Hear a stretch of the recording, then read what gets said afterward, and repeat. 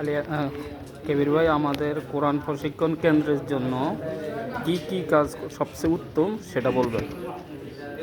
জি, আসলে আমরা প্রবাসে তো এখানে আমাদের অনেক বেশি বেশি দাওয়াতি কাজ করতে হবে।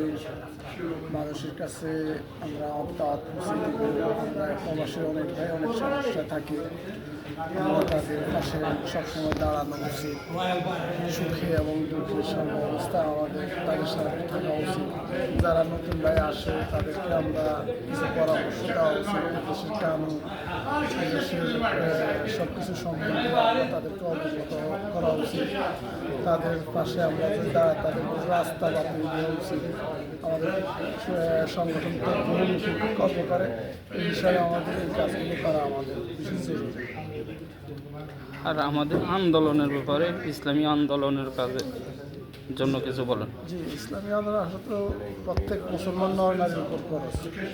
এটা আমরা যে কোনো মুসলমান ভক্তি আমাদের এই কাজ করতেই হবে, অব্যাহত রাখতে হবে। এই ইসলামী আন্দোলনের মাধ্যমে আমরা 1500 বছর আগের আল্লাহ রাসূল আমাদের কাছে যে বিধান নিয়ে আসছে, 1500 বছর পরে আমরা এই বিধান পাইতেছি শুধু এই দাওয়াতি কাজের কারণে।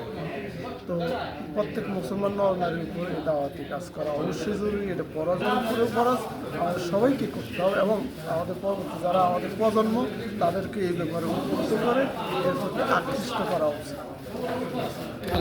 শুকরান, জাযাকাল্লাহ খায়ের।